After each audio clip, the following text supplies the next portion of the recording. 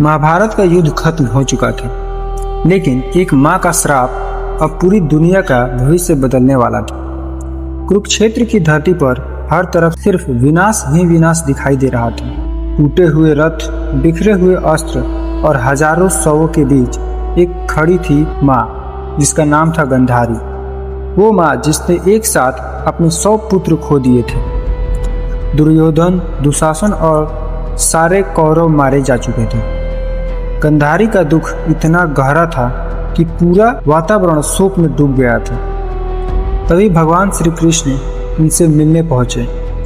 श्री कृष्ण जानते थे कि युद्ध खत्म हो चुका है, लेकिन गंधारी के हृदय में अभी भी आग जल रही है। गंधारी ने श्री कृष्ण की ओर देखकर कहा, हे माधव, तुम चाहते तो इस युद्ध को रोक सकते थे।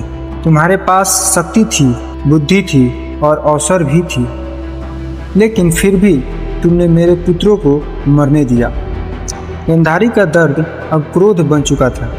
उन्होंने कांपते आवाज में श्री कृष्ण को श्राप दिया कि जैसे मेरा कुरु वंश आपस में लड़कर समाप्त हुआ है, ठीक वैसे ही तुम्हारा यादव वंश भी एक दूसरे के हाथों नष्ट होगा और आज से ठीक 36 साल बाद द्वारिका में भी विनाश होगा।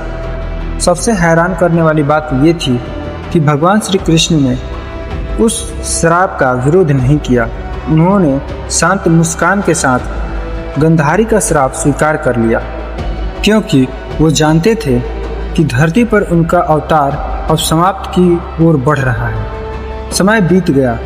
द्वारिका में यादव वंश पहले की तरह शक्तिशाली बन रहा था, लेकिन धीरे धीरे अहंकार और शक्ति का नशा उनके अंदर बढ़ने लगा। फिर एक दिन कुछ यादव युवकों ने महर्षियों के साथ मजाक कर दिया।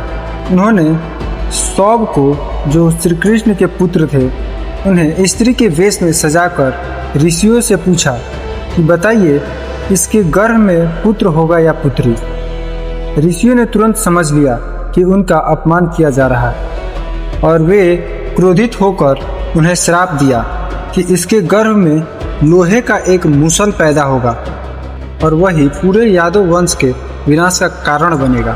और कुछ समय बाद सचमुच सांब के पेट में लोहे का मूसल निकल गया।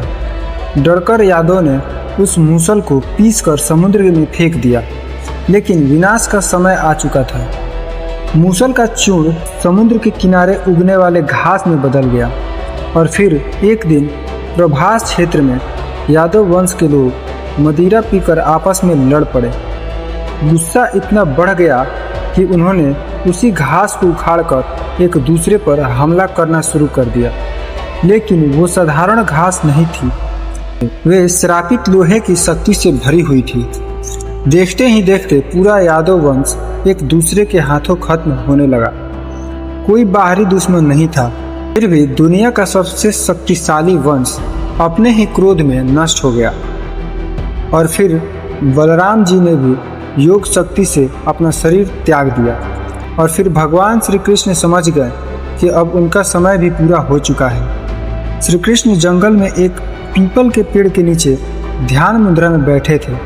तभी जारा नाम का एक शिकारी दूर से उनके पैर को हिरण समझ बैठा। उसने तीर चला दिया। तीर जाकर श्री कृष्ण के पैर पर लगा। जब शिकारी पास पहुंचा तो वो भय से कांप उठा, लेकिन श्री कृष्ण मुस्कुराए। उन्होंने कहा, डरो मत, ये सब पहले से निश्चित था। इसके बाद भगवान श्री कृष्ण ने अपना देह त्याग दिया और उनके जाते ही धीरे धीरे द्वारका नगरी भी समुद्र में डूब गई। महाभारत की ये कहानी सिर्फ युद्ध की नहीं, बल्कि अहंकार, श्राप और समय के न्याय की कहानी है। क्योंकि जब विनाश आता है तो सबसे शक्तिशाली वंश भी खुद को नहीं बचा पाता है।